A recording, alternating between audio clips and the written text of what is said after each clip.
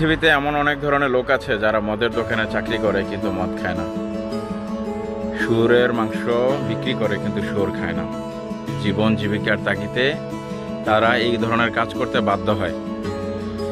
আপনি পুলিশে চাকরি করেন কিংবা বিডিআরে চাকরি করেন, আর্মিতে চাকরি করেন, আপনাকে ঊর্ধ্বতন কর্তৃপক্ষের কথা শুনতে হবে, এটাই স্বাভাবিক। কিন্তু কারো বুকে গুলি করবেন আর নিস্তার পেয়ে যাবেন, এটা কিভাবে হয়? উপরওয়ালা একজন আছে, বিচার একদিন হবে। যারা অন্যায়ভাবে এই ছাত্র ভাইদের বুকে গুলি চালাইছেন, কোন আইনে আছে বাংলাদেশের? আমাকে আইন দেখান। সংবিধানের কোন ধারাতে আছে যে বুকে গুলি করতে হবে? পায়ের নিচে, হাঁটুর নিচে গুলি করার অনুমতি আছে। তাও যদি পুলিশ আক্রান্ত হয়, পুলিশ যদি বাধ্য হয়, কোনো ছাত্র, কোনো শিক্ষক কিংবা কোনো বাংলাদেশের জনগণ পুলিশকে বাধ্য করেনি গুলি করার জন্য, জবাব আপনাদেরকে দিতে হবে।